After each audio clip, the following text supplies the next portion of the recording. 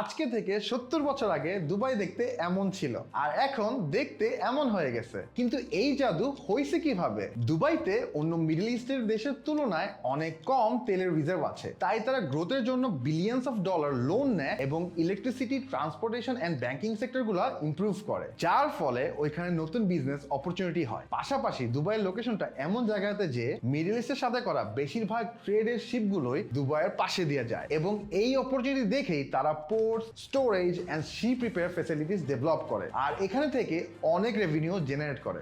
আরো মজার ব্যাপার হলো দুবাইয়ের geolocation Asia, Africa and ইউরোপের অলমোস্ট মাঝামাঝি, যার কারণে এই কন্টিনেন্টসগুলোকে ফ্লাইটে কানেক্ট করে দেওয়ার জন্য একটা পারফেক্ট লোকেশন হয়। এই জন্য দুবাইতে সর্বাধুনিক এয়ারপোর্ট বানানো হয় এবং এখান থেকে অনেক টাকা বানায়। তারপর দুবাই অলমোস্ট 20টার মতো ফ্রি জোন বানায়, যেখানে ট্যাক্স এন্ড কাস্টম ডিউটি সুবিধা দিয়ে হাজার হাজার বিদেশি কোম্পানিগুলোকে অ্যাট্রাক্ট করে। ফাইনালি এই সব রেভিনিউ থেকে দুবাই নতুন নতুন ট্যুরিজম অ্যাট্রাকশন এন্ড লোকেশনস বানায়, যেখানে থেকে এখন লাখ লাখ ট্যুরিস্ট দুবাই ঘুরতে আসে এন্ড এইভাবেই দুবাই এত রিচ হয়ে যায়।